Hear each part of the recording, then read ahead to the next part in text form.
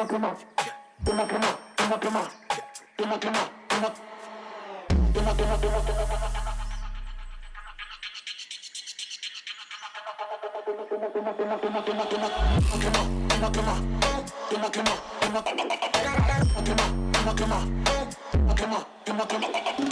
makes arcade?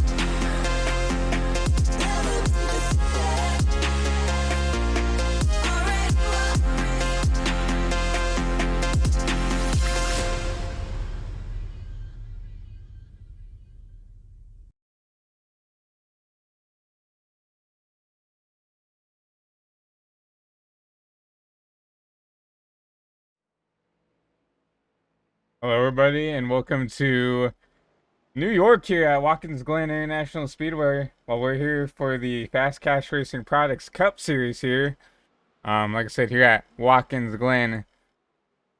Very excited about this racing. I think this is our first or second road course here of the season, so very excited to see what everybody's gonna do here right now. Logan Brink, your fastest in practice right here, and that number 17 Castro Ford Mustang. You see that Dark Horse Mustang out here, as you saw NASCAR and Ford come out with their new redesigned Mustang here. They call it the Dark Horse. So and you see that number 17 roaming around there. A really mean, a late model stock looking front end right there. Right now, Logan Brink, your fastest in practice, but let's bring up your top 5 in practice right here. Got Logan Brink here in first, Tane Hodgson in that number 21 car in second, Andrew White in third, and that number 2 car he always runs in. Noah Hamilton right here sitting in fourth, and a new look for him in that 91. Shane. Okay, this is the first. I said first or second, Noah, so. And then you have Jamie McKinney right here, and that number 32 Tide Machine.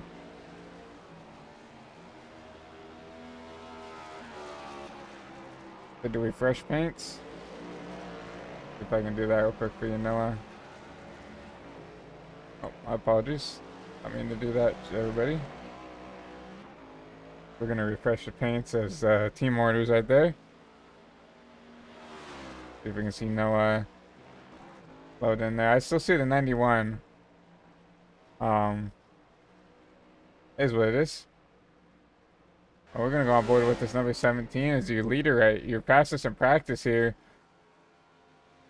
Just about 2.5 minutes left, so I mean, this is the driver's last chance to kind of come in here, get a couple final laps in a practice, and if I can ask everybody, fans at home, is the audio quality really sound okay?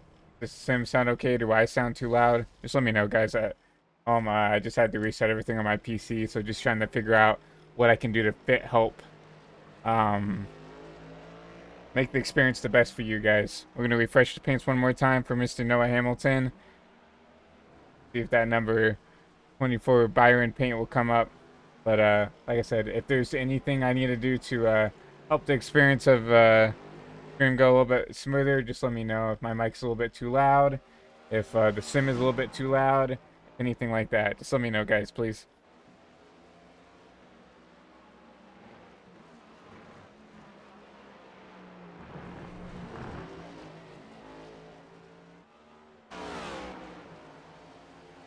See Mr. Hunsaker here in that number 9 car. We always know he's going to be a contender here, but right now, currently P6 in practice right here.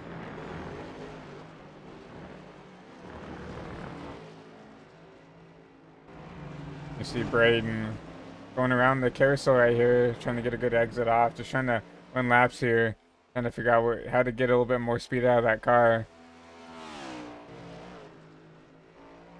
See Dane Culver there in that number 50 car, making his comeback here in the Fast Cash Racing Products Cup Series. We saw him run a couple races beforehand in here, struggled with that car, but coming back here to run this road course race here, and now currently 9th in practice right here. Hopefully we can get a couple more drivers in here right now. Currently 9 people are registered for the session, but they still have about probably 5 to 10-ish minutes to come in here and try to participate in this awesome track. One of my favorite tracks to run is Watkins Glen. It's so fast. It's so fun to race around people with. It's probably the most competitive track that I feel like NASCAR goes to when it comes to just, for racing, right? A lot of the other tracks like Coda and stuff, it's kind of just sitting in line waiting on someone to make a mistake. But here, you can really find speed around and get around others. So I'm very excited to see what they can do here at Watkins Glen.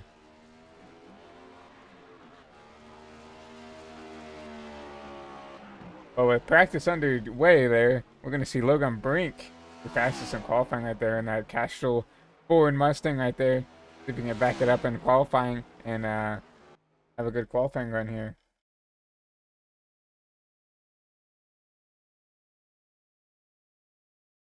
We see 5 minutes in qualifying here. You see Brain Hung secure the first car out on pit road here, and we are back to group qualifying here in the Cup Series. They were doing group qualifying here, and I don't know if it just wasn't working out the way they wanted it to, but then took it away. But it looks like they have brought back group qualifying here. We're gonna watch this Napa Auto Parts Chevrolet here come out and take his first laps.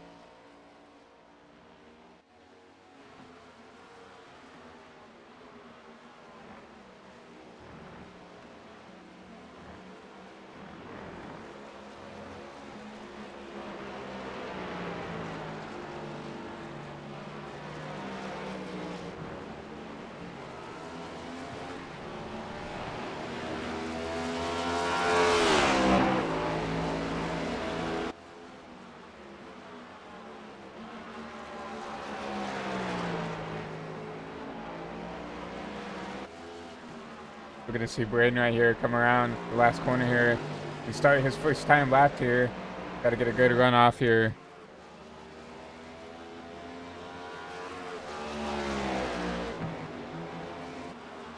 Going to go down turn 1 right here.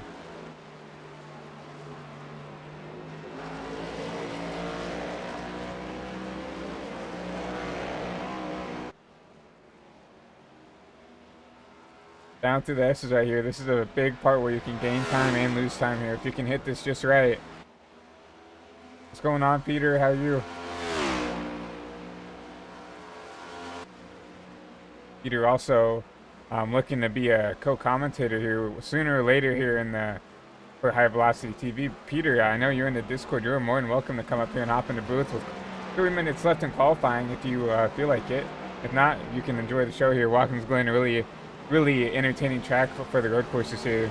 But we see Braden right here coming out of the carousel, going in this the only right-hander really on the track here.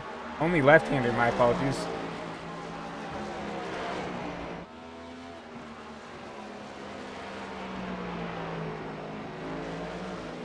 You see him get a little bit loose out of there. Didn't affect him that much, but we'll see what kind of lap time Braden runs here.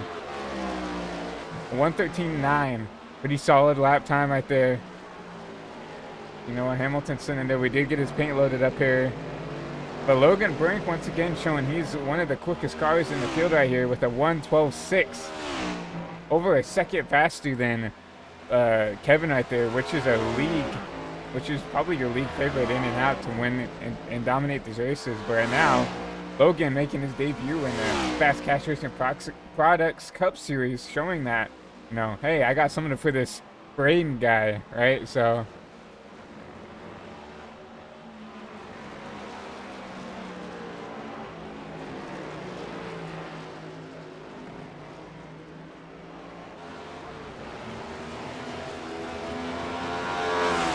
as we see that, we have Peter Terrio in the booth with us. Peter, how you doing today? Back up in the booth, obviously, for you guys at High Velocity. You guys aren't really familiar with me, but I have some prior experience up in the booth and with Christian, so I'm happy to be here. Yeah, for people that don't know, me and Peter actually used to run a broadcasting network together called ENR Broadcasting, and unfortunately that just fell apart. But glad to have you here in the booth, Peter. I'm so excited to have you back in the booth here. Obviously, as you said, me and you have a lot of chemistry in the booth here. And I'm really excited to see what these drivers do here at Watkins Glen. Yeah, no doubt it's going to be an exciting race tonight. I mean, the technical nature of this track, also coupled with the high speeds of the long straightaways here, really challenges these drivers. So I'm excited to see what they're going to be able to do here tonight. Yeah, I definitely am too. As we're on board with Jordan Strode here. He's going to go P4. Andrew White bumps off Logan Brinkview for this pole spot with a 1:11.9. What an impressive lap by that driver. Yeah, no doubt about it. I'm sure all these guys, they got a lot of their laps in practice, making sure they can fine-tune their arc around this speedway. And, man, I mean, it's really showing. We're seeing people continuously top each other in the charts here. Yeah, I honestly thought that Logan with that 1:12.2 was not going to get knocked off the time, but Andrew, obviously very talented race car driver in his own right, knocking him off of that P1 spot. I think that's probably going to be the time to beat here, and it will. With looks like qualifying getting underway. We currently have 4 drivers who have not set a lap time here. Let's see if we can get them. Well, now we're on board with Tane Hutchinson in that high velocity TV Ford Mustang. Thank you so much, Tane, for putting us on your car, and all of Tane's teammates that decided to show up. I saw Diego Rodriguez with the twitch.tv/Christian Boss 13 paint. So once again, to all those guys there, I really appreciate the love and support. I've never seen any team in any of my broadcasting out of their way to paint their car for the broadcasters. So very much appreciate that, and I'll definitely be rooting for you guys to do well this race. It's really nice to see drivers support obviously what you do here. And yeah, I know, speaking from a perspective as a former broadcaster, that's something that we'd love to see. No, I definitely agree, Peter. And right now, 30 seconds left in qualifying. I think everybody who has ran laps has ran their laps out. So it looks like Andrew White will be your pole sitter for the night's race. Noah Hamilton, Jamie McKinney, and Diego Rodriguez trying to not set a lap. Maybe, a little intimidated to want to set out a lap, and maybe just wants to sit in the back. With these road courses, a lot of calamity can potentially happen here at the start of these races. Someone oversending turn 1, someone getting loose in the S's, and they just want to be in the back to take advantage of some of those mistakes. Or, maybe they made a mistake on their qualifying lap. This track isn't extremely hard, but especially going through the bus stop, it can be very easy to dip a wheel off and send that car into an off track. So I feel like that also could have been a possibility. Well, that is a great possibility, Peter. Didn't even think about that. But as we get all these cars gridded up, let's go ahead and look at your starting lineup for tonight's race here. Starting on row 1 is going to be Andrew White, your pole sitter, with Logan Brink making his Fast Cash Racing Products Cup Series debut here in that number 17 Ford. Starting at P2 is going to be Tane Hutchinson with Braden Hunsaker. My apologies. Braden, not Kevin. Jordan Schroed and Dane Culver is going to round out your row 3 here. Peter, you want to round this out for the rest of the field? Yeah, Jamie McKinney is going to be starting 7th, and beside him, it's going to be Diego. And on the back row by himself is going to be Noah Hamilton rounding your field out. Yeah, those last 3 drivers, like we mentioned before, deciding to not set a quali lap here. As lights are up on the pace car, we're going to be going green right here. Green flag in the air here at Watkins Glen. Let them go right and left down into turn 1. Already looking to the inside goes the 21 machine. You're going to see Tane be really aggressive in there. And you see, I think that 6 car, or that 3, as we see the 9 and the 17 spinning out. Oh, a huge hit for the 17. A lot of nose damage on that machine.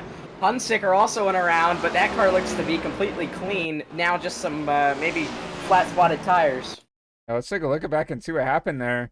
I think the 9 got a bump from the 50, and I think the 17 just got loose on that on the curbing, yeah, and just looped it around there. Unfortunate for the number 17. It looks very promising in practice here, but obviously still a long ways to go here.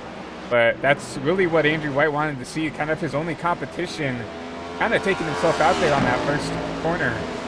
And yeah, it's such a good qualifying run from him too, to put the car on the outside pole position and just to lose it on the curb there. It's so easy to do. It's so tempting to widen that corner out, the exit, because you can gain so much. But if you hop that curb just too much, the car gets unsettled and can go right around. Oh, another spin in the back. The 6 machine. Yeah, the 6 machine. We also see the 33 spinning into the pits here. As we see the 24 also having an issue, and he's going to KO the pit wall there. That's going to kill his car. This driver's driver's just having a really tough time on these first starting laps. my word of advice, just back it off. If you're having issues here, figure out what your car needs to do here, and then you can maybe start to pick up the pace a little bit, because you're not going to be able to finish the race if you kill the car within the first couple laps here. But that has definitely Yeah. spread out the field here. Yeah, no doubt about it. And your leader, he's going to make a little mistake through the bus stop there. But I mean, already, even just 2 laps into this 55-lap race, we're seeing that this is probably going to be a race of attrition. It's going to be really important for these guys to just keep it clean, like you said. And at this point, you might as well, because there's a good chance that there's going to be other cars that get involved in some mess. No, definitely. And I know we will be having a competition caution here, so that is something that these drivers are going to want to see here. You know, it gives them an opportunity to maybe get a lap or 2 back if they get the lucky dog, and just allows these guys on the lead lap that just had a tough first couple laps here to stack up and catch up to this leader. Like, for instance, Jamie McKinney is only 4 seconds behind, and I would say had one of the more cleaner starts here, but already 3 seconds behind the leader here. Just probably wants an opportunity to get up there. Ooh, gets upset on the curbs there, but just wants an opportunity to get up there and maybe just race with Andrew. Yeah, and I think you also got to look at Tane Hodenson here, who is really actually closed in on the leader. You know, Andrew made a big mistake through the bus stop the last lap. Hopefully he can clean it up this time, obviously, but I think that really allowed for that 21 machine to capitalize and close in. We got 2 Fords leading the field here, and I think we could see a battle shaping up. I definitely agree. And you see that battle, that gap closing down. I mean, almost just over a second now. He had it down to under a second going out of that bus stop there. But Tame really looking promising here early in this race, you know, keeping up with your leader of Andrew White, who from that qualifying lap alone just kind of set himself apart as maybe the guy to beat here at Watkins Glen. Yeah, no doubt about it. I mean, it's going to be really exciting to see, but with a competition caution, I honestly think that it's kind of just worth it, you know, ride out this first half of the race, just kind of use it as a time to really feel your car out, just drive it safe, and then when that second half starts, take advantage of that. You go for it then, because maybe you'll have learned something a little more than everybody else who's throwing their car around the track a little harder. Yeah, exactly. And for some of these drivers that are in the back, like I said, this is a perfect opportunity just to, you know, you're getting that caution, try to push the car, try to figure out what you can do here, because you are going to get that caution, you are going to get bunched back up. You see a huge mistake by the 2 there in that bus stop again, but you are going to get bunched back up. You are going to have an opportunity to race again. Maybe push that car a little bit harder, figure out where you can make up time, figure out, you know, what works the best for you. So when you do get that competition caution, you can have an opportunity to race for a podium or even a win here. Yeah, I think that's a great point there. And really looking at the 2 there, it seems he is better really everywhere else around than, like, better than Kane is. But through the bus stop, he is just struggling really bad. And that's a big issue, because that's basically the fastest part, like, biggest braking zone you have. It's so easy to make a mistake there, and you could total your car there pretty easily. So I think if he kind of locks that down, he's at least safe here for the first half.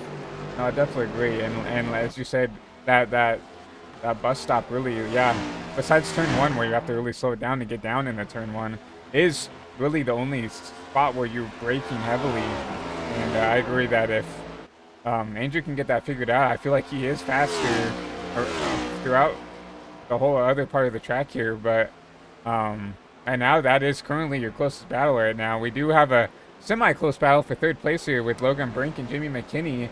Jamie's starting to close in the gap there, and you got to think maybe that damage for that 17 car starting to affect the way that car is handling. Oh yeah, for sure, no doubt about it. I mean, this Watkins Glen is really a road course that is, if you're going to talk about like a super speedway being a road course, it's Watkins Glen. There's so many long straightaways and corners. A lot of them are kind of wide, like the carousel. So, I mean, this is not a track where you want aero damage. Yeah, I definitely agree. I mean, you've had our respective races here in these cup cars, and even just a little bit of damage, just aero damage in general, just it slows the car down. It makes it harder to drive, and especially with how sensitive the tires are on these next gens, you can just you send it hard into the last corner, you get into the wall. You know, you spin it out once, you can, you know, break a toe link on this thing so easily, and your race is basically over. I mean, that's 8 minutes of damage here for iRacing's sake. In eight minutes, that's what, 6-7 laps here at Watkins Glen, which is basically irrecoverable for unless you get a lot of cautions towards the end of this race. Yeah, and I'd be surprised really if we get any except for the competition one. I mean, it's pretty spread out already, and after the competition caution, I think it's not going to take them too long to get spread out at that point either. I do like that you brought up the sensitivity of these cars, not only in how they get damaged, but also just how they drive. I was looking at Andrew White, and coming through the S's, he's really kicking the back end of that car around, and while I think that probably is one of the faster ways to get through there is kind of, you know, let the car hang loose, but it is so easy to get the car unbalanced through there, and these next-gen cars are so hard to get corrected, especially when you're going that fast.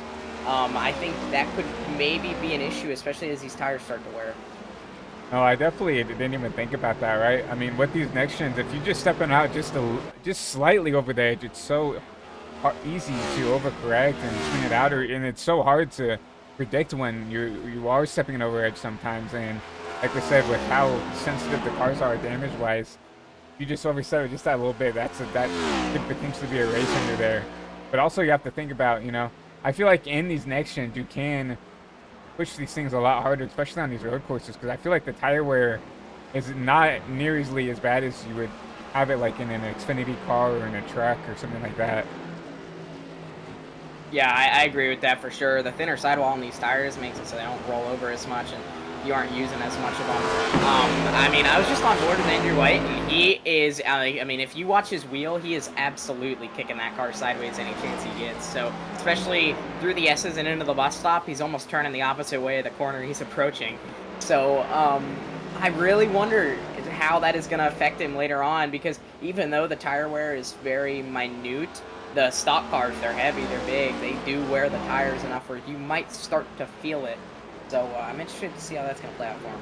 Let's go on board with Andrew, as Peter talks about him kicking this car out. Let's go on board and go on and watch what he's doing here for the fans at home here.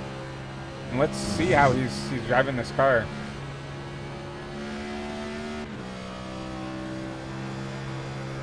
I mean, you can see just how much he's sawing on it just through a simple corner like the S is, and watch as he approaches the bus stop here, gets on the brakes. Actually, that time was pretty smooth. Maybe learned from his previous couple laps to take it a little easier through there.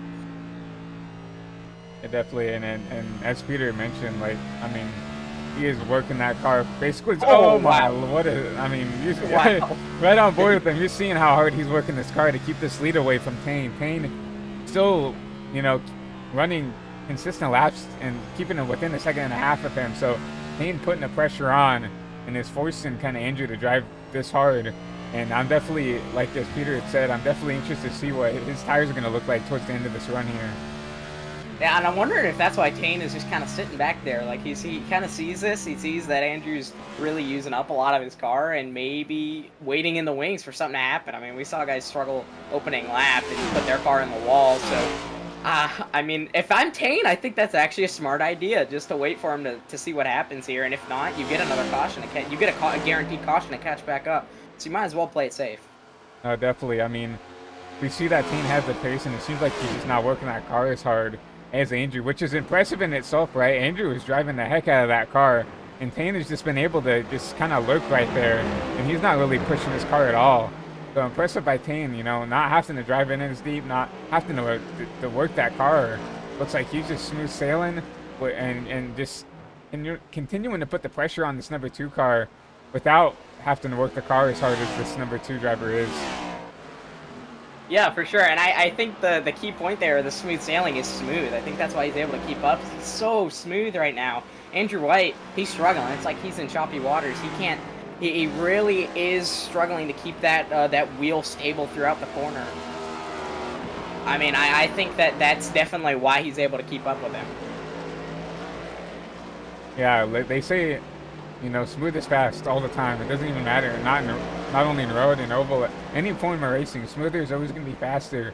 You can be driving the car 3-4 times as hard, but the guy behind you, if he's smoother, he doesn't have to drive the car as hard. He's going to catch you sooner or later, because not only the smoother is faster, smoother I feel like saves tires the best in any sort of racing. I mean, Peter, you would probably know this. I mean, you race Legends IRL. Oh, Uh, big mistake. yeah, big mistake by the 2 car, but I mean, you race IRL with Legends on the oval and on the road courses now. You can probably attest to that the best. That, as long as you're smooth, I mean, you can probably save the car a lot better. You can, and then drive through the field if you have it figured out. Yeah, for sure. And I mean, other people make mistakes too. So not only are you holding onto your car better, but you're making it so that you're going to be able to capitalize on other people not being smooth. I mean, it's really important what Kane is doing here. And right now, it's allowed him to close into about a car length off the 2 car's bumper. Yeah, I mean, Tane now, if the pressure isn't evident now, it wasn't evident before. It's very evident now that Tane right now, it seems to be the best car on the field right now. Obviously, that 17 looked very quick, but had that issue there. And also looking at this now, Tane has his teammate in front of this 2 car. Will this 6 car or this 3 car kind of be there and sit in the way there to allow Tane to make a move on the 2 car? I think that's what's going on right now. Oh, but then he goes to Tane's in the grass, 3 wide. Oh my goodness, it went completely opposite to I think what Tane was hoping, and now the 6 car is gonna blow the bus stop. Oh, the 2 cars around, Andrew spins. And he's gonna get hit by the 6. Oh no! Andrew White loses it in the bus stop. Let's see. He didn't even get any contact. He just lost it. And remember, that is what we were talking about. Is he was struggling through the bus stop, and eventually it bit him. Yeah, I mean, he was struggling. I think he knew that. I think he kind of got spooked by that 6 car, right? And I think he just misjudged the entry there. And you see him just looping that car around, and here comes the 6 car. You saw him miss it, trying to and then just nowhere to go here. Andrew just kind of in the path of that 6 car, but in a way, the 6 car kind of corrects the position of the 2, which allows Andrew to kind of get going again. But you see a lot of left front damage to that number 2 car.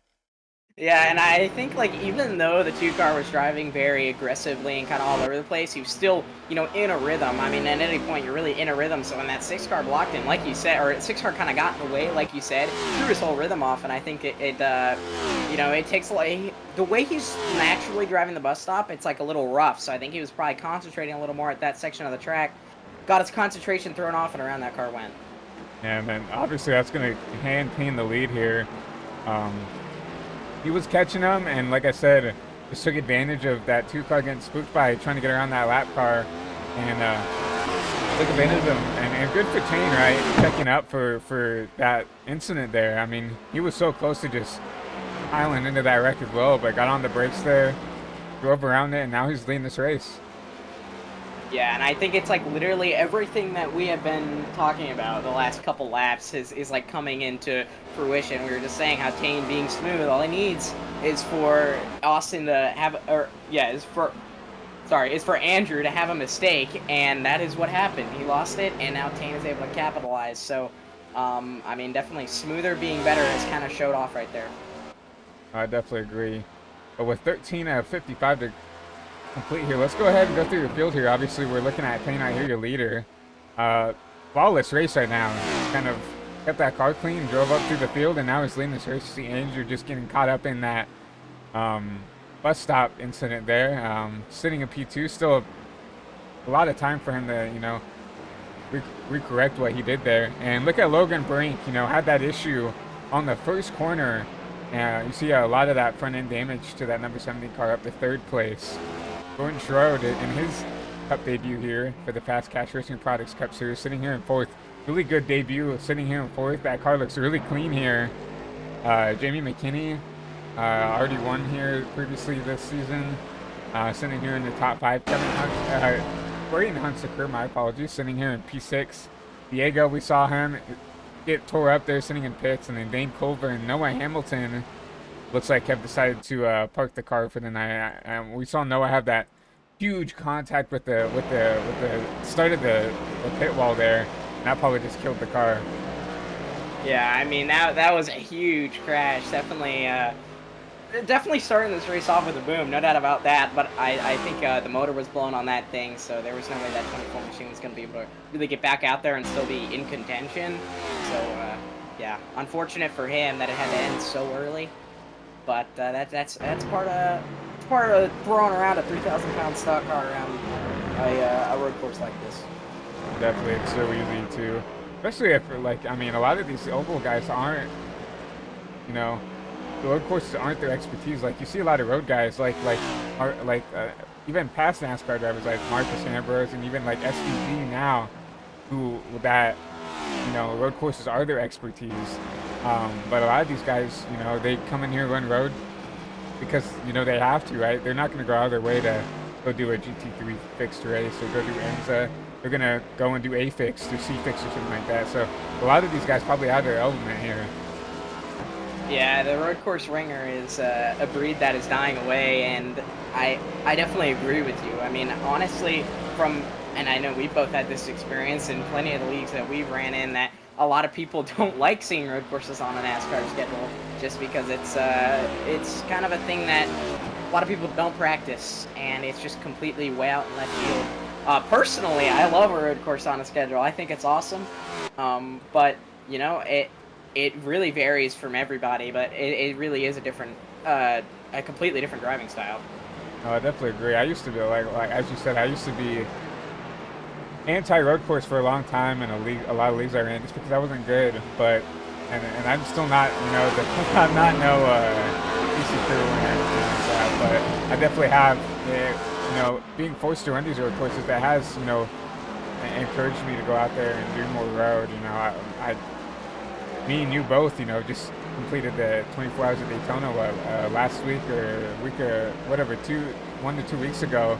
And for anybody that hasn't done that, I highly encourage doing that. It's like something that I feel like you have to do as an iRacer. I mean, it's such an experience, all the memories you make there. It's something, that you need to do, whether you like road or not. It's just a great learning experience.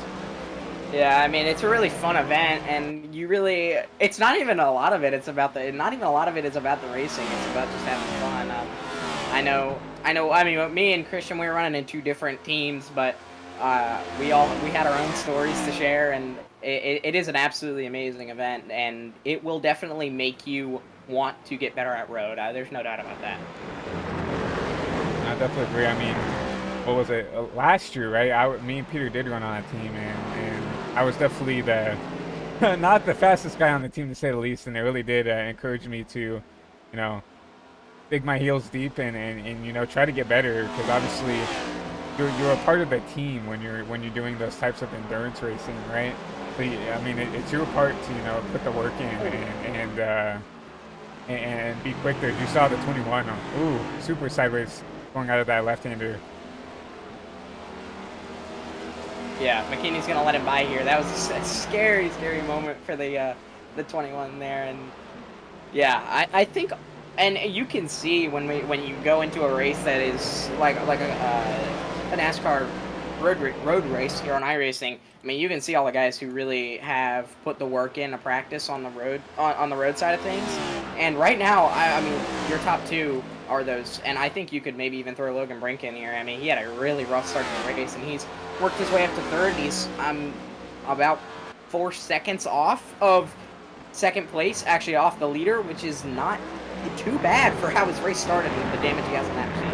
I definitely agree. And he's honestly running about the same time as your leader right there. He ran a 1:12.5 versus Haynes 1:12.49. So, and of course, he had to get around some of that lap traffic. Shoot, 32 getting into the wall there. Oh, and he's flipping. He's done. He's done for. He's gone. He hit the tire wall. So let's go back and watch that. I mean, I've never seen anybody get that upset coming out of the carousel before. Oh my And you're gonna goodness. see him smack the tires, and it's gonna launch his car here upside down. He's gonna land on his roof and then land back on his tires. But that car And is the motor's totaled. gone. Yeah, the motor is gone. You see the smoke. I thought the 24's wreck was the worst we were gonna see tonight at the end of the at the end of the pit wall. That's one of the worst wrecks I've ever seen at Watkins Glen. Like you see those types of wrecks on like those crash compilations, like in Beam G, not here in an iRacing league race. So that's incredible. But look at Andrew White. He's starting to close the gap here on this 21 car. Yeah, I think he's kind of refined his last couple laps here, and he's taking advantage of what he's learned. Also, now he has the rabbit in front of him. I know it's so much it is a lot easier to be consistent when you got somebody in front of you to chase. At least personally, that is how I feel about that. And he has that right in front of him. He's got Tane Hodenson, and I think he's taking advantage of that. Even with the damage he has, I think this is definitely going to benefit him and what is allowing him to close.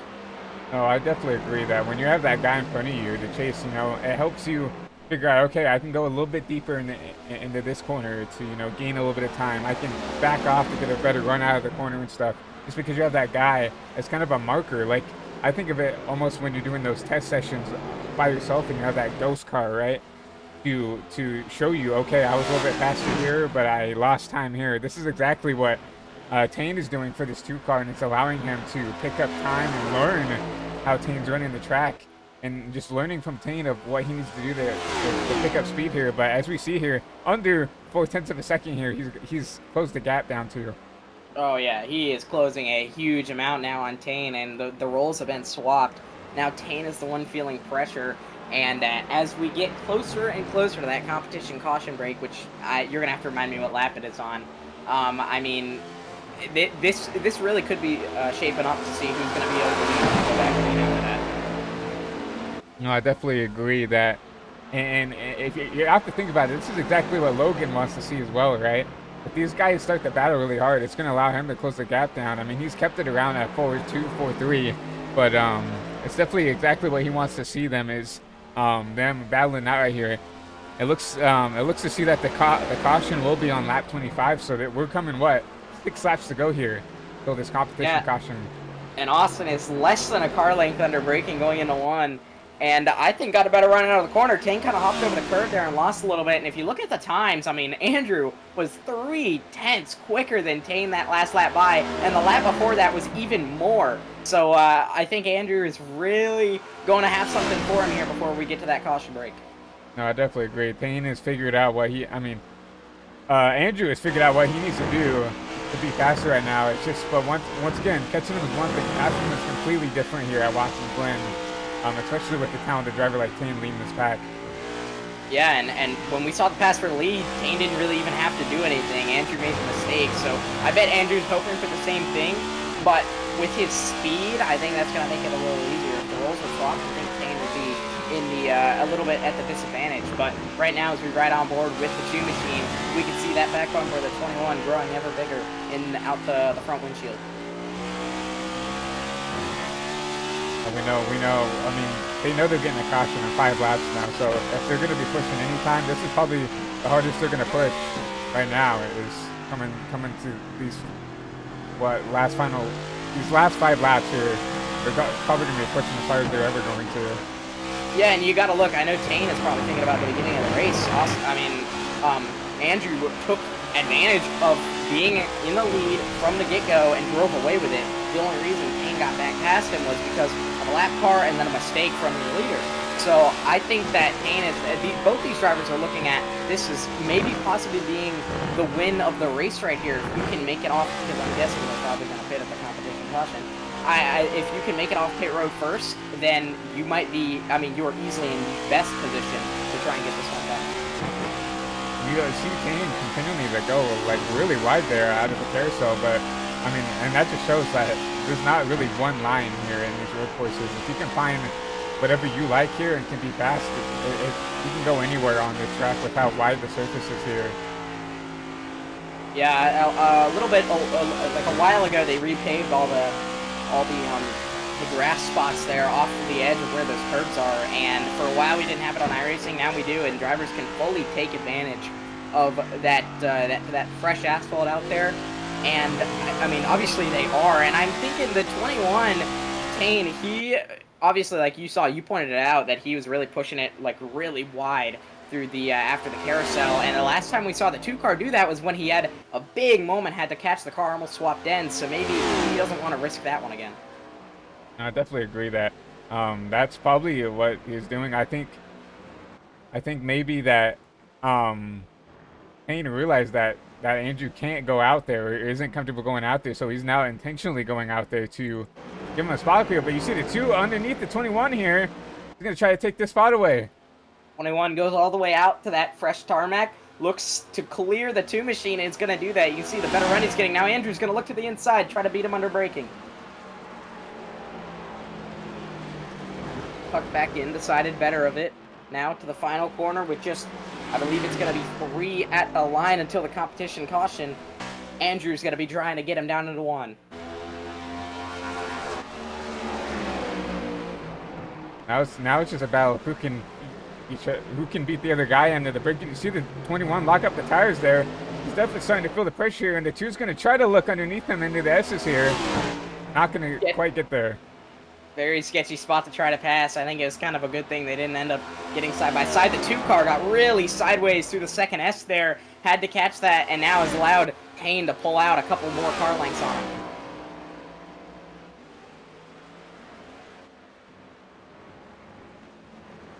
Through the bus stop, over the curbs. Those cars getting air. The 2 Fords. Through the carousel, they're going to roll. Tane, Andrew holds a little bit tighter of a line while Tane's going to go white, wash it out. Andrew, first sense of those curbs now in the last couple laps. Now he's going to look to the inside of Tane, trying to beat him under braking. Tucks back in. I feel like Tane just is a little bit better under the brakes here and out, or just a little bit better out, right? I think Andrew's a little bit better in, but Tane can just get that better run off the corner, and it's just not allowing Andrew to get to him. But we're going 2 to go here, 3 to go. I mean, and once again, that 21 having issues under braking in the turn 1 here. It's going to allow the 2 to catch back up here. Tane just got to quit making mistakes. I mean, it's just allowing this 2 car to catch back up. Oh, that time though, that Andrew made a big mistake through the through the S's there. Kind of went wide, missed the inside curb, and again he's gonna lose a lot of car lengths to that 21 machine. It's like almost a carbon copy of the last lap by.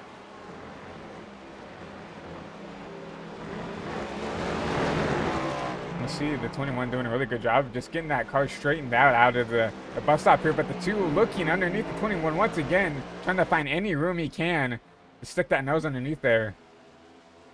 That time Tane learned. He held the bottom a little more and didn't allow the 2 car to get under him, and now he's going to be going into this corner without any pressure from the 2, while the 2 laps before, he was stuck with with Andrew looking to the inside.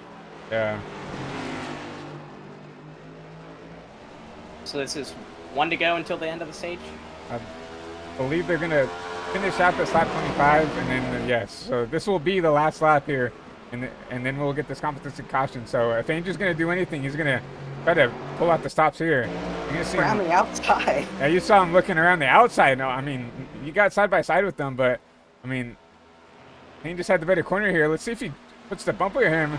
I don't know if he's going to, but I mean, we'll see if he's going to be willing to use that chrome horn here going into the bus stop. Yeah, honestly, it wouldn't surprise me. This race has been pretty aggressive so far. But, I mean, we'll see. Andrew, I think, is a little better through the bus stop and coming into the carousel, but then Payne beats him out of the carousel. So I think he's going to need to get him here. If he doesn't, he's going to be coming up a little short. The Payne's going to turn him again, so if he wants by, he's probably going to have to use him up right here.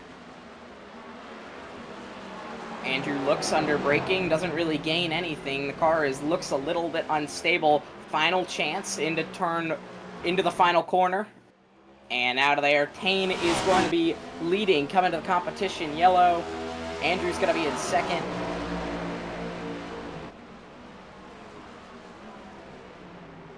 There it is, caution out on the track. So you have to anticipate that these guys will at least come down, probably take tires. Top off on fuel a little bit. I believe that these cars could do about 45 in the tank. I went into the car right before qualifying started there, and I think it said 45. I might be wrong. I might have the wrong setup on, but I feel like at the very least they're going to come down, take a set, maybe top off on fuel, and just kind of reset here. And like I said, Logan right here, hopefully getting this damage fixed gives him a fresh start here, basically. Yeah, and he's been really fast. The interesting thing about that stage is I was listening to the driver comms there, and Andrew White said he did not know that was the end of the stage, so maybe that's why we didn't see a little bit of bumper, because he was definitely close enough to do it. Yeah, that's very interesting. I mean, That was it was posted in the Discord right there that there was going to be one, but maybe Andrew just skimmed through it, didn't see it. Yeah, that's Or he just, unfortunate. Yeah, it may just, I mean, he was locked into a really intense battle. He may have just not even been watching the laps. yeah, definitely. That's something to think about as well. That he was just trying to get around that 21, and just it was like, oh shoot, that stage, right? I've definitely done it when you're locked in, especially when you're battling for the lead. That's when you're probably going to be the most locked in. At least that's when I am. Is when you're battling for the lead, to keep the lead, to just to be up there. So you see the two cars catch up to the pace car here. Like I said, I presume everybody should be coming out pit road. At least I know tires aren't that big here, but I feel like if they have a free pit stop, might as well take advantage of it. So Yeah, I definitely agree. And for how hard these guys were running, I mean, I think maybe tires could come into play later. So, I mean, like you said, there's no point not doing it. I think everybody's going to here. So we'll see what happens. I think that two car might have to get some of that damage repaired. I don't know if he's going to choose to. He definitely has some, but obviously it didn't look like it was slowing him down much. I'm not sure if it was affecting the handling on that car. If anything, the car looked more stable there at the end. And like you said, Logan Brink, he's going to be looking to get basically a whole new nose on that machine because that thing is caved in. yeah, And I just want to add this in. Now this brings Kevin Hunsicker up back there. I mean, he spun out opening corner, and that car is completely clean. So look for him to maybe be a dark horse here. yeah. Braden. It says Kevin in the sim, but it's Braden. But he's always been a contender here, especially on ovals. He's dominated a lot of these oval races. So we thought maybe he was a little bit out of his element, but I mean, he kept that car clean. That's exactly what you need to do here. But we're going to see these cars. We're going to see if these cars are going to be coming out pit road. I presume we will see them make that right-hand turn here for the pits. Yeah, it's going to be Kane Hodenson going to lead him down. He won the right there at the end of that stage, and it's going to lead him down the pit lane. Like we talked about, this could be a very important pit stop here. Whoever comes out in front possibly could use that to go on and win if they can stay out in front. I see Kevin here take this lucky dog, put himself back on the lead lap here. Huge for him, like you had mentioned. So he'll come back, get his lap back, and come down. Oh! It seems a little sideways on the curving again, almost lifted under caution. That's not what you wanted to see. But yeah, you run your whole entire stint clean, and then you go and loop it on your lucky dog lap. yeah, but he did keep it clear there. So we're gonna see who can come out of the pits here, the best here. Oh my goodness! Andrew beat Tane out of the pits. Yeah, that is huge for Andrew. That was once again it's gonna be rules reversed. Once again, it was Andrew out in front, made the mistake, and then Tane out in front. Now it's gonna be Andrew out in front once again here.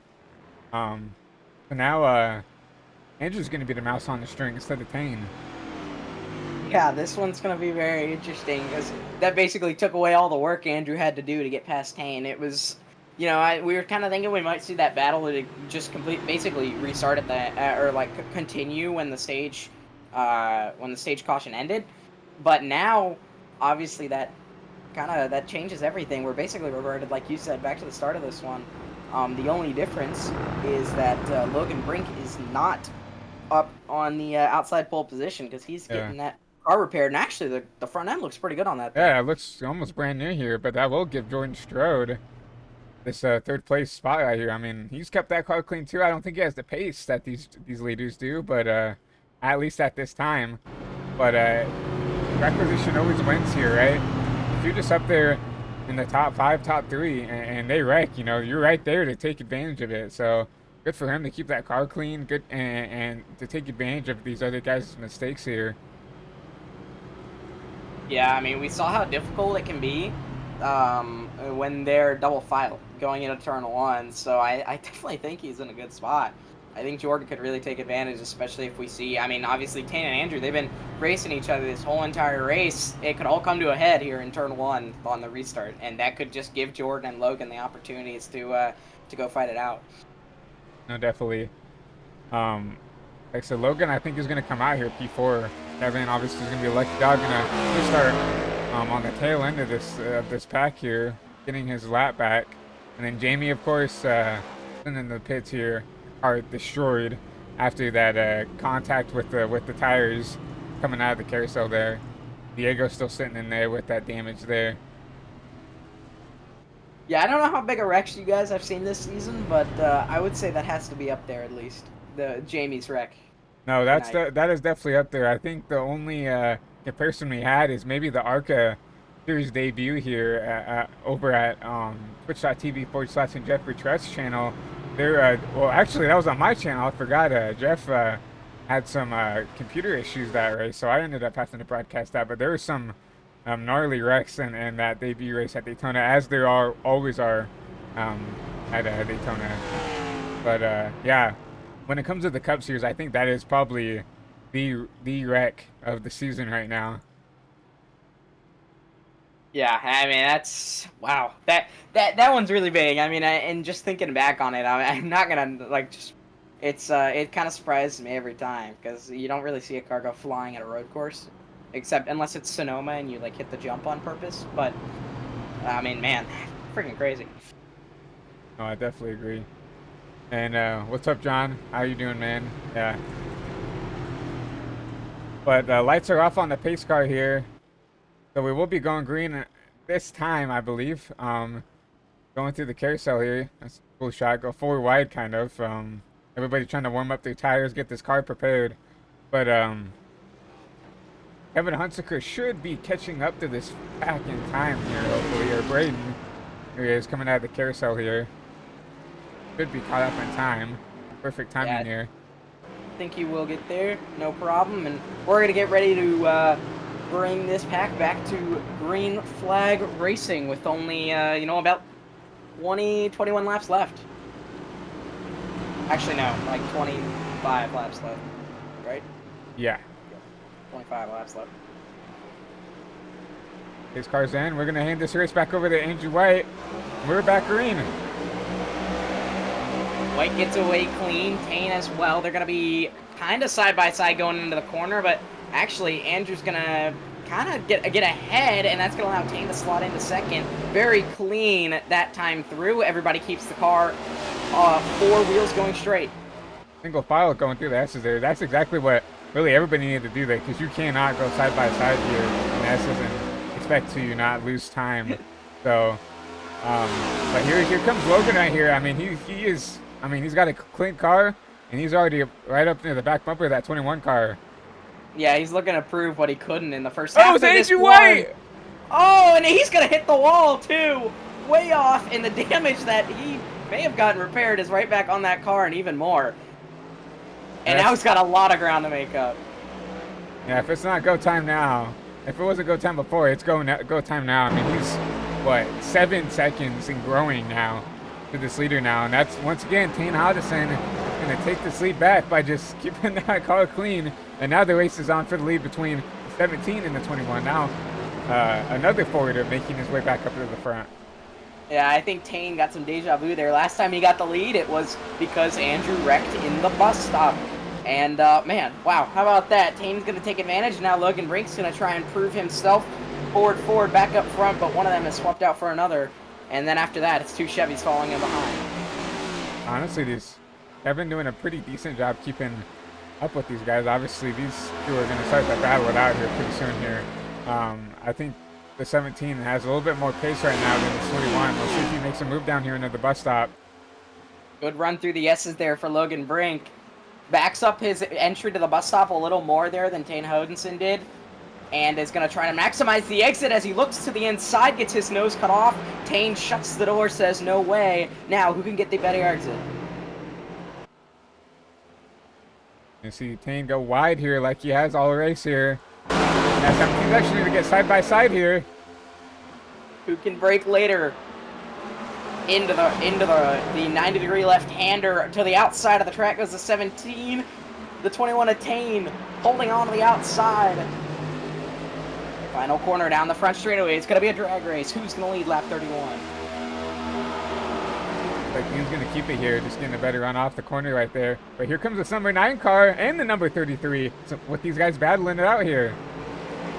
really, really taking advantage of that, of the really intense battling that we're seeing out of these front two, although now they're side by side behind, so they're going to lose all the ground they had made up. Brink is going to try and now gain what he lost down that straightaway, as he is about 5-6 car lengths now out of that 21 through one.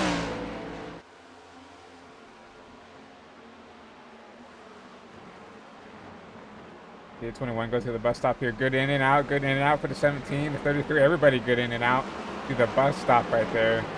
But we saw the 17 just a little bit better on exit of that bus stop, getting a good run through the carousel here. Let's see if he can continue to replicate that. I'm surprised nobody else is swinging it out wide out of the carousel like Hodenson is, because literally nobody else is doing it except for maybe the 2 car back there in the distance. And, I mean, he's better on the exit of that corner. So it's kind of surprising to me. Obviously, we saw the 17 get it a lap earlier.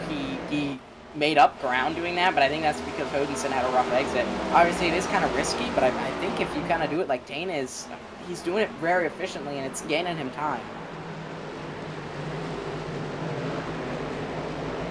Andrew right now running the fastest laps of the race now.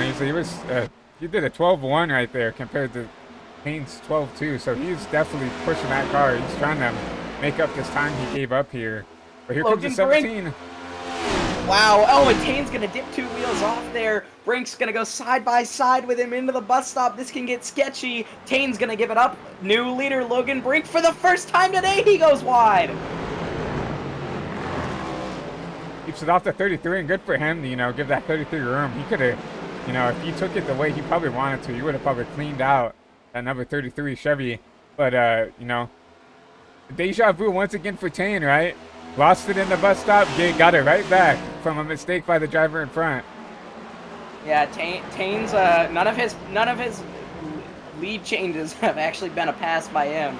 I mean, honestly, I think he saw that one coming though. He went into the bus stop, and you saw how much room he gave the 17. He really backed up his entry, and just kind of let the 17 do his thing. Like, you go, I can see you're going too fast, and obviously the 17 blew it. Luckily, he didn't go all the way around like Andrew did, but definitely lost a lot of ground and has a lot to make up now.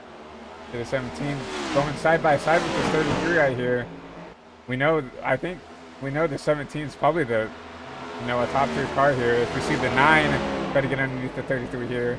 I think Kevin has the pace to maybe keep up with these guys. He just needs to get around this 33 car. Yeah, for sure. And he's going to look into the bus stop. That can get really sketchy. The side's better of it, and I think that's smart. Oh, the 21's going to blow the bus stop. And that's going to be a slowdown, most likely. Yeah, for sure, and he's probably going to serve it here down the straightaway. I don't think he's served it quite yet. So we've seen, maybe, I don't know what's up with those Fords, but they cannot keep those cars straight through the bus stop. The 21's going to serve it now. 17 is going to try and take advantage of it around the outside, forces him the long way around, and Tane's going to hold on to the lead. Wow, that's impressive.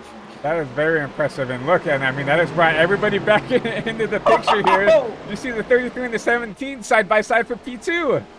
Oh man, if I'm looking Frank, I'm getting upset at this point. Every opportunity I have, I get pounced on behind from everybody behind me.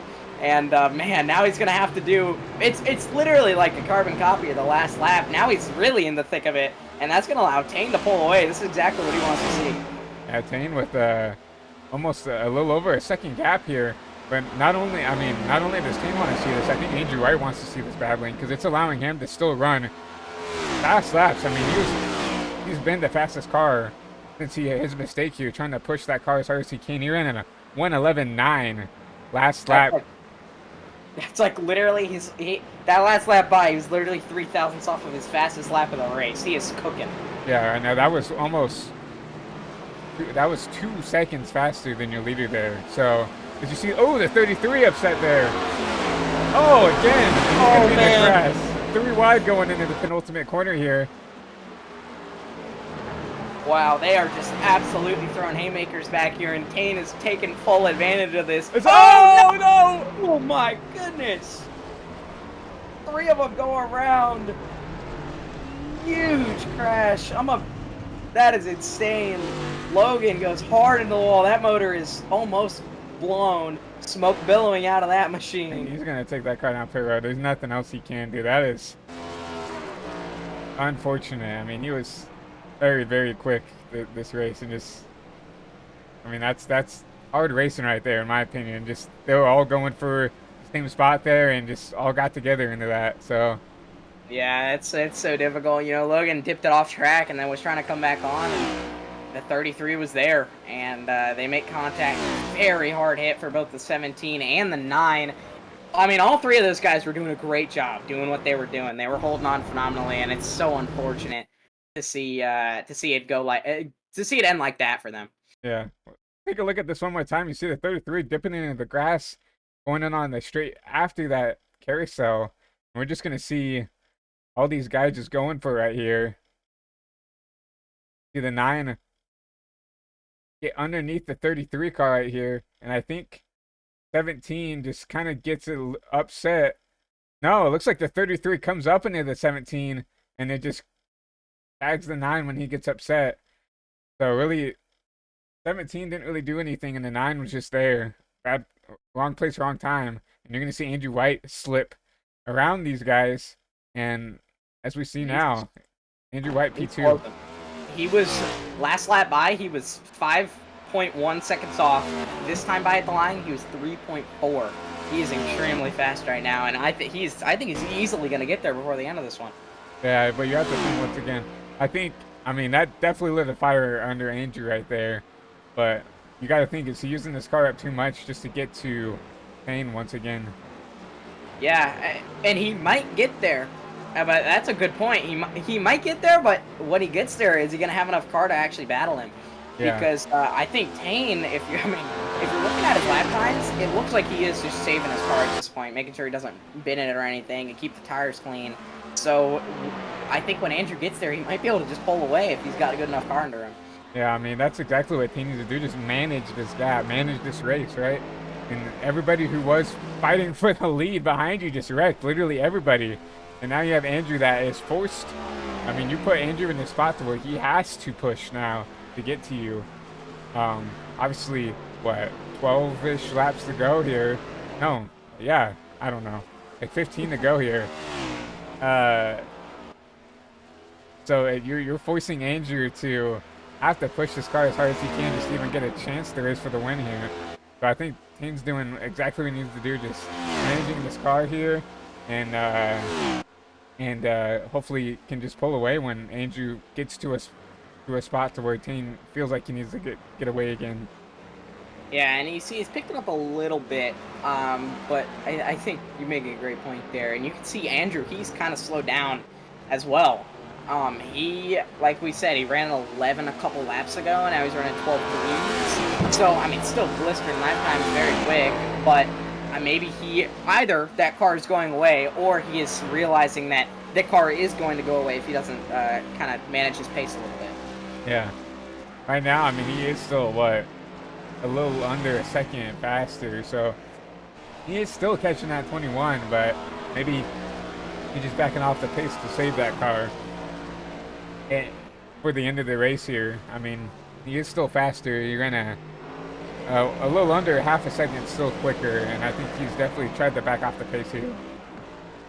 Yeah, and you also got to remember he's got that damage too, and it's in a spot that there's a chance, like the way he hit, I wonder if he might even have a little bit of a wheel damage, and that could risk you maybe burning up a tire more than all the others.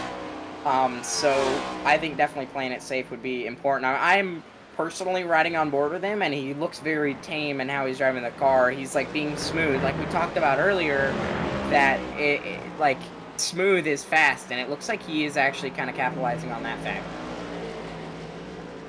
Yeah, I mean, that's the only thing that Andrew can do in his tool. I mean, that 21 car catches me off guard of how wide he goes every time, but you saw him push the car hard and was like really using the car up, and you saw that it wasn't working for him. So I definitely think he learned from that lesson, and now has this gap to a second now, only a second behind this leader. Yeah, he's in the same corner as the leader. Like when the leader gets to a corner, he's in that corner too. He's where he can really. Now we can see him, and he's actually even got a little draft. Like I mean, like I said, Watkins Glen, it's got long straightaways, and you can kind of have a little bit of draft. And I think that's got to be a confidence booster. The fact that he's gained all that time back, and maybe it'll give him a little bit of fire, a little more fire underneath him, where when he gets there, he might be able to actually do something about it.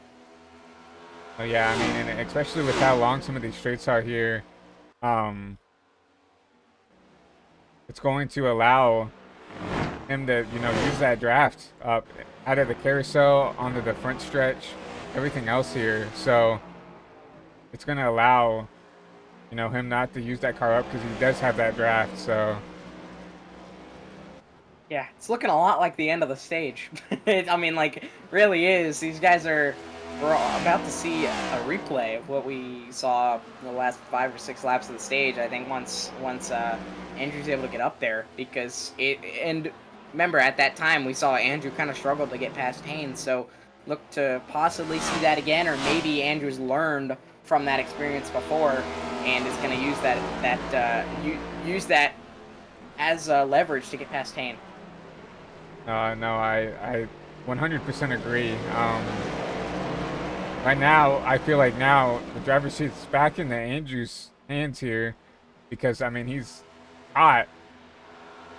Pain again. He just needs to keep that car under him and keep the pressure under him. I mean, we saw him come back up there and pass him after so long. Actually, no. Payne kept that lead at the stage, but once again, now Andrew doesn't have an excuse. If I didn't know that, we were gonna have a caution. Like, if we don't have a caution, you're racing for the win here. So, but you see Andrew really wrapping the bottom here on the carousel, and that's gonna allow him to close the gap here, coming out of the carousel onto the straight. And you see, as he gets closer to Payne here, he's also changing up his line on the exit of the carousel. The last couple laps, he was kind of more running it wide. Now he's keeping it to the inside. Probably, honestly, trying to get some air on the nose to make sure that that car's planted when it's coming through there. Because if you come over the curb and you don't have a lot, I mean, obviously these cars, they're not super aero sensitive, but they can be. And maybe he thinks that could probably, that could upset the car enough where it could, I mean, put him in the barrier. We saw him almost do it earlier. I mean, now Andrew's in that close enough now to where he will start to just mentally apply that pressure to Tame here. I mean, he's so now he is in out. hard driving mode. Yeah.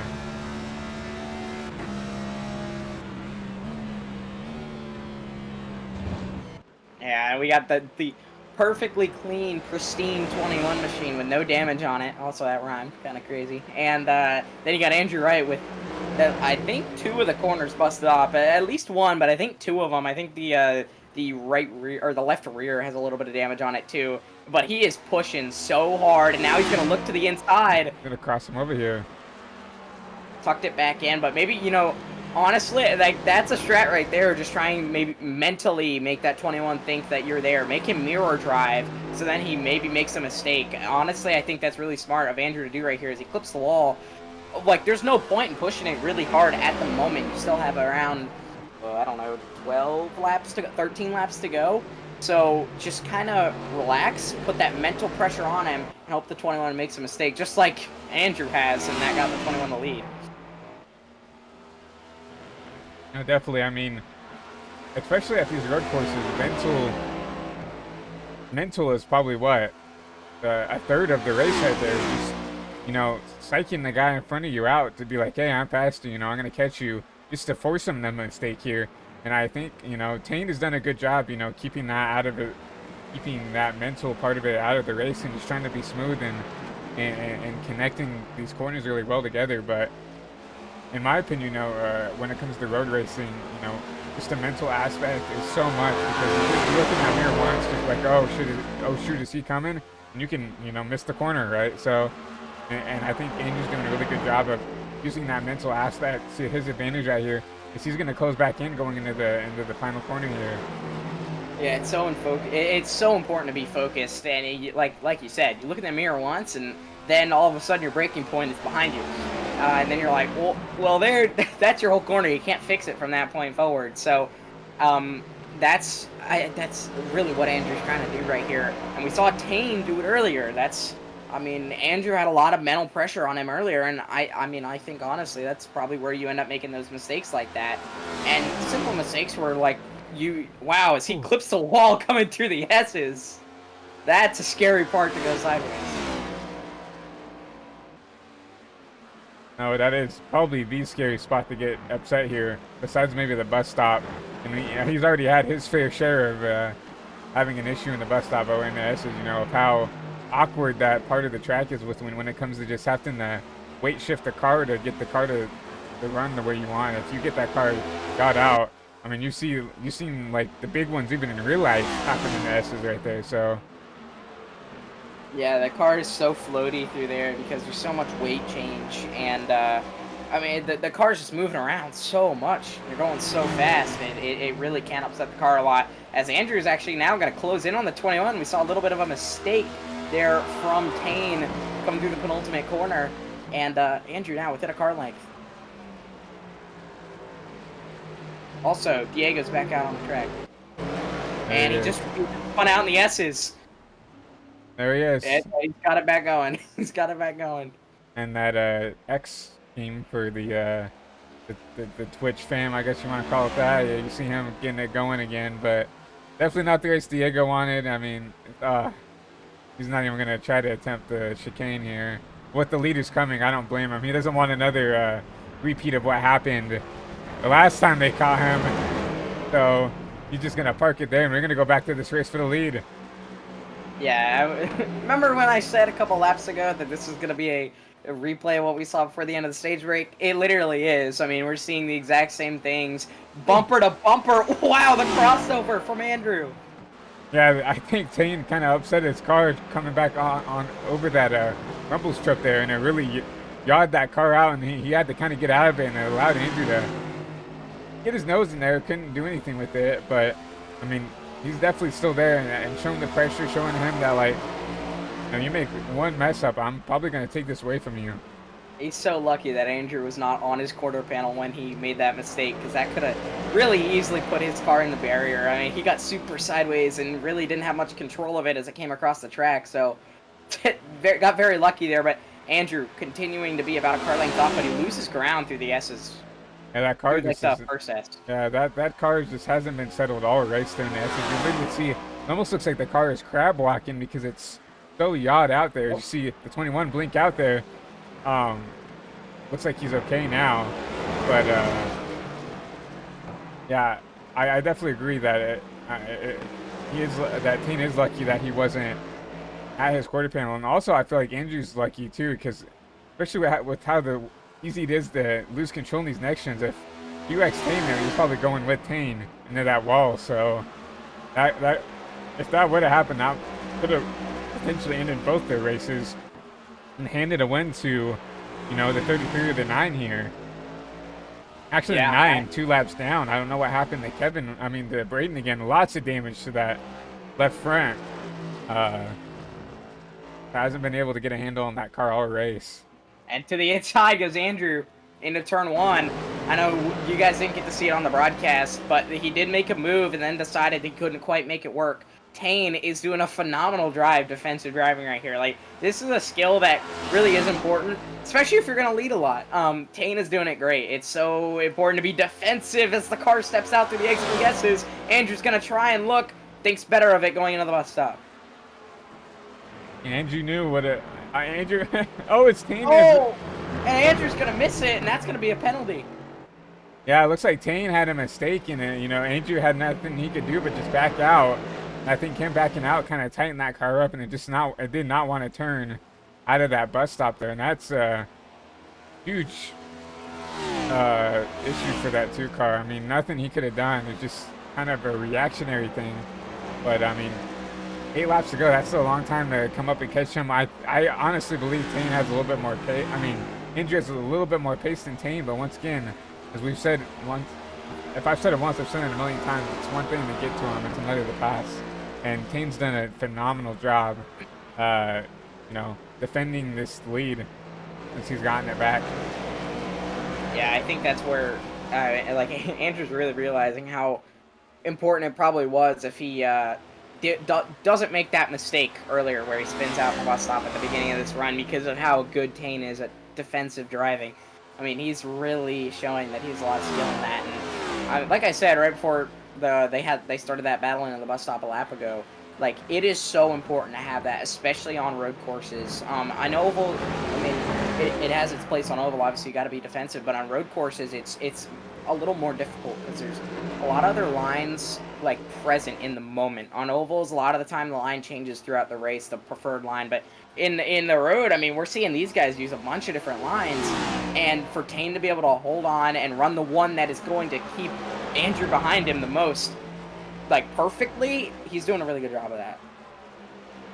Yeah, definitely, and as you brought that up, and I definitely agree. I mean, with the road, there is kind of that preferred line, and you kind of have to put your car in a spot where they can't make those runs. And in oval, I feel like it's easier just because, especially in this next gen car, it's just about blocking dirty air, just dumping that dirty air on the guy behind you, and it tightens them up. They have to move around, find a different lane to get around you, and if anything, that just burns the tires up to the guy behind you, just trying to find another way to get around.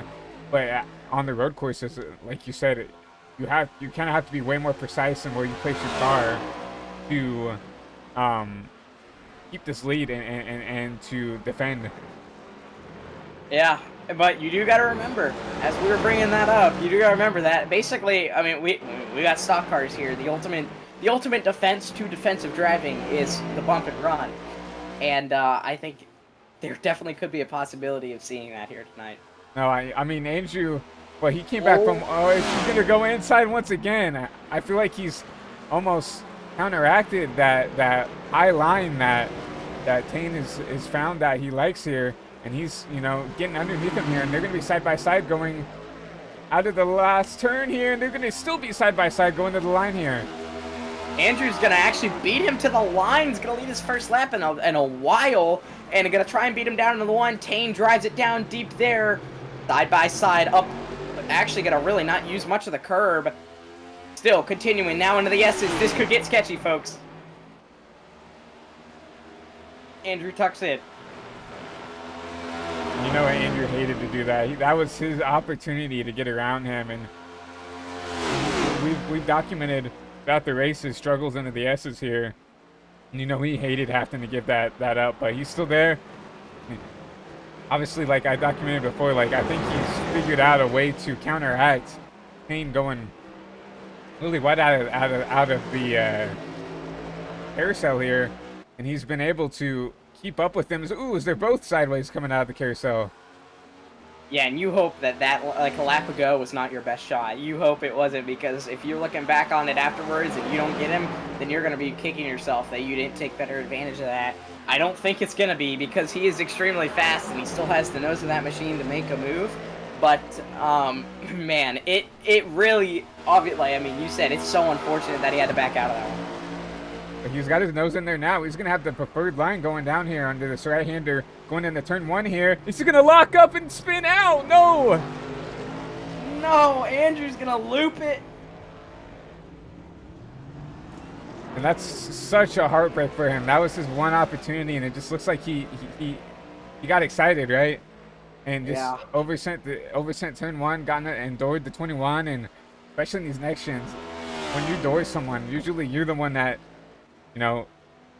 gets affected by it, not the guy you door a lot of the times, which is how easy it is for the cars to just shift around. And well, 5 to go here. I mean, he's what, 7 seconds back, and he's going, oh my goodness. He's got a mistake in the bus stop here. I mean, he's got to, if he has any chance, he's got to give everything he's got here. You know what happened there is, I mentioned it, like, you hope that the lap was not, like, the time he had into the S's was not his last chance. And he was like, I gotta make sure that's not my last chance. And he went, sent it, and this time he realized, this one could be my last chance. I'm not gonna give this one up, and unfortunately, he was a little too hot on the corner, and it cost him big time.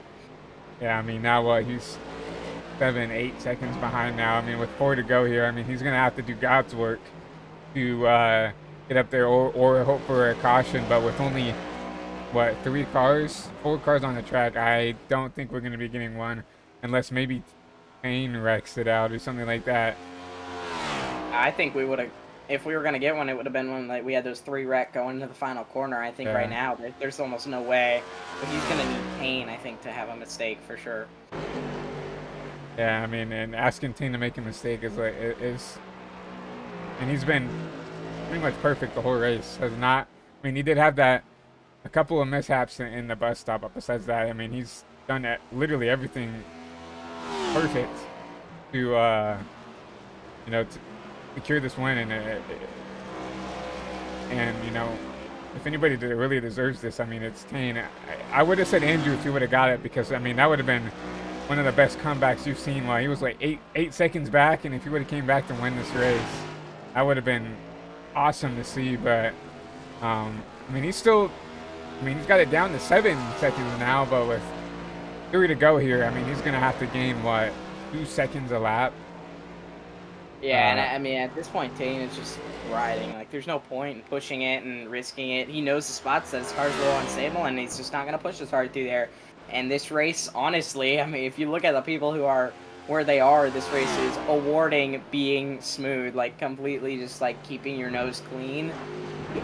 The person who wins this race is the smoothest, and that's Tane, I mean. Or, I hope I didn't jinx it. Yeah, hopefully we don't have a broadcaster's curse. Yeah, we'll see. 3 to go here. We are catching a lap car, Jamie McKinney here. Oh, jeez. Let's hope that that team can get around them, or that he doesn't catch Jamie in time, whichever. Man, Jamie's car is absolutely destroyed. Still, that thing's open wheel at this point. Yeah, I mean he's but a hybrid right there. I mean the left side looks good with the right car. I mean no fender, no nothing. It also looks like it's handling like crap too. Yeah, I mean optimal cooling to that right front tire, but I mean yeah, that looks not like the most fun to drive here. But we see Tane in the 4 shot here. She will probably get to him. Probably going to the bus stop here. You better be careful. You might end up in the stratosphere. Yeah. We saw Jamie do it. See what happens here. Just taking it easy. Yeah. Oh my goodness. Jamie kicked it sideways though. I bet Tane got a little bit nervous there. Jamie kicked the car sideways and... Yeah, he really backed it off to get around him as safely as he could. I mean, that's allowed Andrew to get close it in about 4.5, but still, we're going to the white flag. Yeah, coming to the white, and then he needs a miracle. And really, his miracle was the guy he just passed. So, yeah, it's Tane versus himself for this last lap. I mean, he's only got to make it around one more time. Less than a minute and a half left in this one. Tane just has to close it out. Him versus himself and him versus the track. That's all he's got to do here one more time.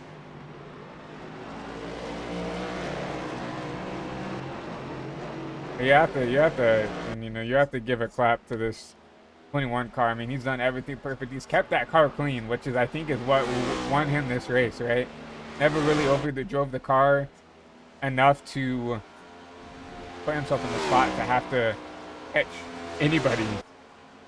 He's been the guy that everybody's had to catch up to, and props to him. He still has a couple more corners to go, so I'm not gonna hand him the win over yet. But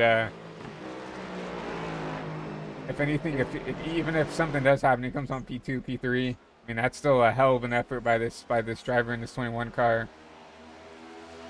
And it's fitting, isn't it? The High Velocity TV Ford Mustang is going to round the penultimate corner, and he's going to bring it home on High Velocity TV. Yeah, that's so special. Like, I mean, I wish I could show how I'm grinning from ear to ear that, like, our car kind of, just won this race here and did it in a very clean and professional manner. But congrats to Tane here. I mean, winning here. Andrew, heck of a recovery drive. He got it back down to 3 seconds after being, 8-9 down after that incident. You're going to see Jordan coming around the last corner here. He's going to come out here in his debut with a podium here at Watkins Glen. Yeah, great run from all those top 3 today. Obviously, Jordan was just keeping it clean, making sure he didn't make too many mistakes, and like you said, it's going to bring home with the podium. It was, like we said, from lap 2, this was going to be a race of attrition, and that is exactly what it turned out to be. And Tane Hodinson was the driver that had the most attrition tonight. No, he did, and it's not even close. I mean, he kept the car clean. He was just and there goes Andrew. Where is he going? He's going. He's taking the boot. He's taking the boot. I gotta find him. Where He's is he? gone Oh, now. he's gone. They kicked him out. Yeah, went to the time He machine. got booted. Yeah, they The boot booted him. he booted. He got booted. I guess But we'll grab the stage 3, but I was gonna see if Tame wanted to burn it down here. We see Jamie in the 33. You're not. You're. I don't think yeah, how they're you? teammates, even though they have similar numbers. But we'll see them go out here. But while we watch the 33 go around, let's go ahead and take a look at your race results here. Brought to you by High Velocity TV. So Tane and the High Velocity TV Ford Mustang is gonna bring it home here as your winner. I know it looks so bad. Andrew White, Andrew White's gonna come home P2. Jordan Strode in his debut comes home with a podium. Kevin Hunsaker, P4, and Logan Brink is gonna round out your top 5. And Peter, you wanna round out the rest of the field here? Jamie McKinney's gonna bring it home 6th after entering the atmosphere, somehow finishing this race. Or it says out, he finished the race. It's pretty impressive. Diego finishes 7th after having a rough one tonight. And then Dane Culver's gonna finish, or not, is gonna DNF and end up 8th. And Noah Hamilton, after wrecking into the pit wall on the first lap, is also going to DNF out in 9th. Well, with those race results, let's see if we can talk to your best finishers here. Let's see if we can get Gordon in here. I hope this is. I would guess that. I hope this is Jordan. So let's grab him up here. Hey Jordan, it's Christian and Peter up in the booth. Got a copy? Yeah, copy. So I mean, your debut race here in the Fast Cash Racing Products Cup Series, and we saw you get into a little bit of trouble with the 17 and the 9 there, but kind of got the worst end of the deal and bring home a podium. So just walk us through your race and walk us through that finish there. Yeah, for me, it was a nice battle until we had the accident. Um, yeah, Yeah, I mean, you honestly tonight was just a race of attrition, and it looked like a lot of guys were struggling with handling. How did your 33 machine feel out there today? yeah. If you have the tires are cold, and yeah, I struggle too with the new tires. But if you have 5 laps on the tires or something, the car for me, it feel good after 5 laps. But you need the temperature into into these tires, yeah. Yeah.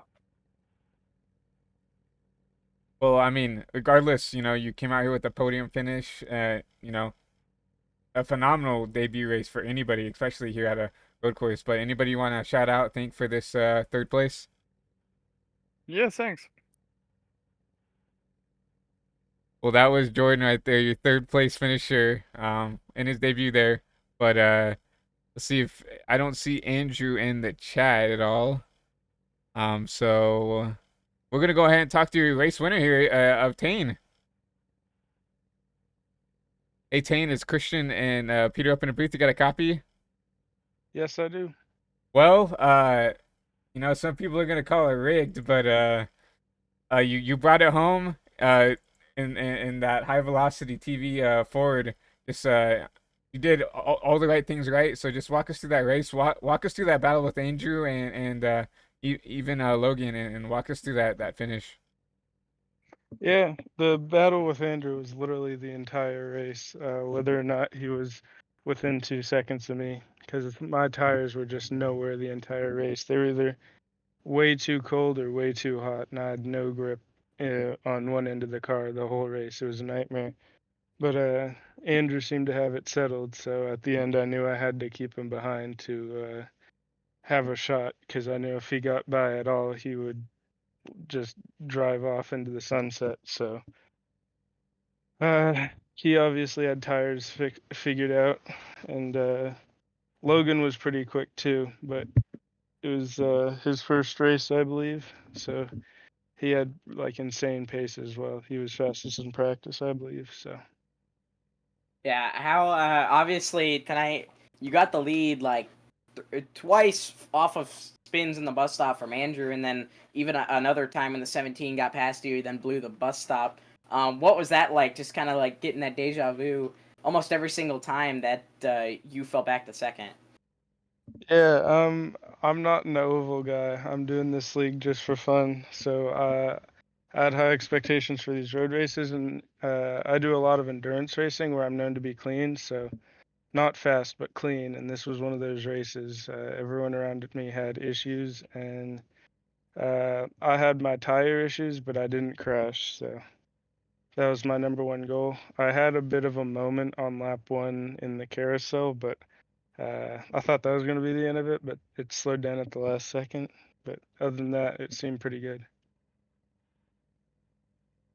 Well, definitely. I mean, like I said, I wouldn't say you put on a clink, but you definitely put on a hell of a show for the fans at home, battling with Andrew, even battling with Logan up there for a little bit. But anybody you want to shout out for this win? Any sponsors, teammates, friends, or family? Uh, Diego, obviously, in the VC with me. Andrew, because that was some pretty insane racing. I'll say that. And High Velocity TV, because it's on the car. Well, yeah, we definitely appreciate that. And like I said, we brought it up in a broadcast earlier. That made my week just seeing you guys run all the socials on the car because there's not a lot of people in league racing in general that out of their way to help support the broadcast and stuff because a lot of people don't really realize how much work goes on in the background. But we do really much appreciate that. But we're gonna go ahead and let you go down and celebrate with Diego and your teammates and stuff and hopefully we can talk to you next week here. Hopefully winning again. Okay, thank you. Good night. Yep. We have Andrew White here in the booth with us as well. So, Andrew, a P2 for you.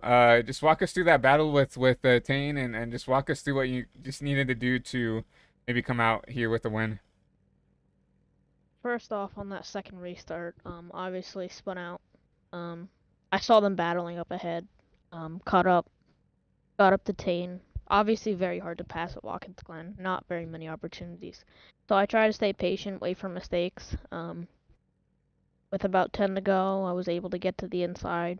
And then into turn one, I didn't feel like I overdrove the corner, maybe just a little bit, but got in the Tane, spun out, and that was it.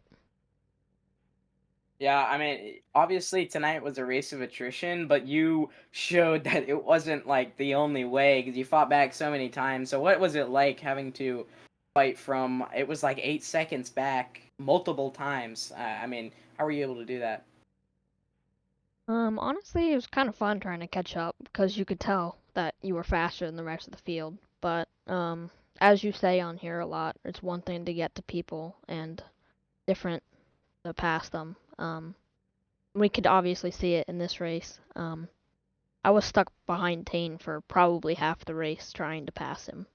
Um, and yeah, that's kind of it.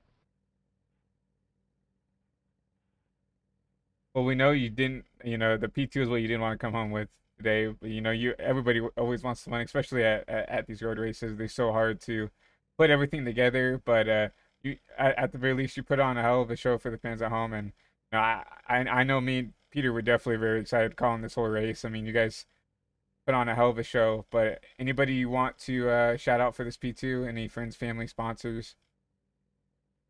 Fast Cast Racing Products, of course. Sponsoring our league, keeping it going. And Tane for not wrecking me when I tried to go to the inside on the chicane on the after the bus stop.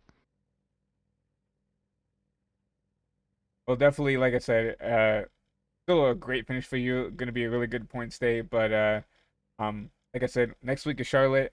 How do you feel about that?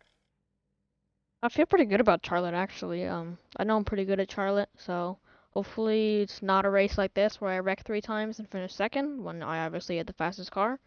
So hopefully, we get a different result there than here. Yeah, hopefully, uh, I definitely hope that you can put something else together there. But we're gonna go ahead and let you go, celebrate with friends and family, and hopefully we can talk to you and Victorine next week. Hopefully, that's the goal. Thank you. And that was Andrew White, your P2 finisher here at Watkins Glen. So, I mean, Peter, what a I guess you can say interesting race here. I mean, there was a lot of highs and lows for a lot of drivers, a lot of calamity, a lot of and unfortunately a lot of wrecks here. But what'd you think about that? Yeah, I thought it was really interesting there that Tane said that he's not an oval guy and he actually does do a lot of road because during the race we were talking about the road course ringers are a breed that's dying out, and to see that a road course ringer actually brought it home today, that's pretty cool to see. You don't see it very often. Normally it's just kind of guys who are really in leagues like this, guys who are really good at ovals and also kind of have that road experience, but it seems that he really is just here for the road stuff and he's just running the ovals for fun. So yeah, I mean, obviously showed his experience today, but what a really interesting race. It was really fun to call, no doubt about it. I was very happy to be up here. I appreciate you inviting me, and yeah, we saw everything. We saw cars go like airplane height, and then we saw a lot of spins, a lot of hard hits, but also a lot of hard racing. No, I definitely agree, and the pleasure's always mine. You know, and you're more than welcome to be up here anytime you want. I mean, I always love having someone else up here in the booth. It really makes broadcasts, more lively. It definitely keeps me entertained having someone up here to talk to. But yeah, I definitely agree that there was a lot of just everything that happened, right? Anything, basically everything that could happen into a race happened today. We had great battling. We had, some really big wrecks. We had, someone drive through the field. We had someone who we thought would be a contender, unfortunately not have the best race. So, um, but yeah, definitely a very interesting race and a very, for someone who doesn't enjoy calling the road stuff, I had a ton of fun calling this race. But, um, Charlotte next week. Obviously Charlotte very different compared to anything like this.